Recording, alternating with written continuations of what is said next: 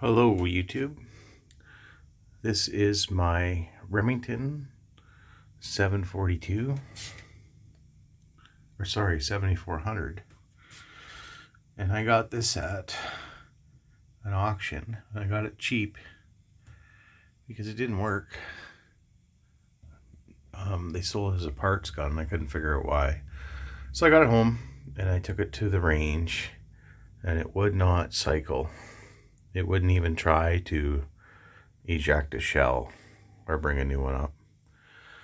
So I tried new magazine. That didn't work.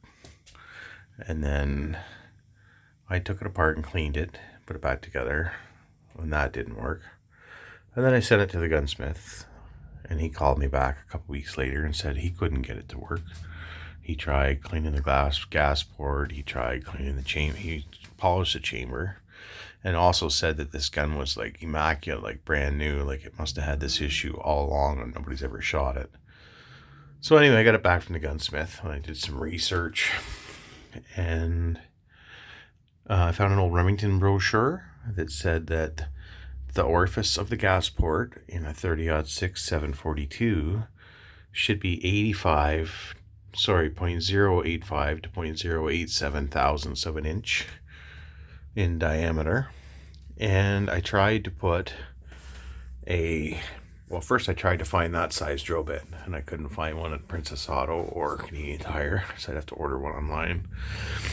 So I found out that 564 is 0.079 of an inch, and I tried that drill bit in the gas port and it would not go. So I thought, well, that's peculiar. So I put that drill bit in my drill and I drilled that gas port out to 0.079, and I put the gun back together and I took it to the range and it cycled perfectly. And then I put an entire box of shells through it, mag in, mag out. It cycled every time, no issues whatsoever. So I declare this gun cured. And when I got it, it had 740 stocks on it. Let me tell you, 740 stocks look friggin' hideous on a 7400. And that, it's got the basket weave, so that was like the BDL, and that didn't work. I actually stuck a nut in there just quick, just to get it to shim out enough that I could put the proper bolt in it for the 7400. And anyway, so I got these Ramline stocks. Also got those at an auction cheap. I think I got them for like $40. And I fired those on, and I was quite surprised that the Ramline stock's just plastic, and you don't need this metal insert that's in the wood stocks to put the Ramline ones on. So that was peculiar. So now I've got a good set of 740 stocks I can flip, get some of my money back for the plastic stocks. So that's cool. Anyway, so that's my 7400, sorry. And this thing is an absolute tack driver. I just told the guy at the shooting range, I said, what do you got for a cheap red dot that can take some recoil? And he gave me this one. It was a Vortec, I think, a little cheapy Vortec red dot. And it is a really good little sight. I was surprised.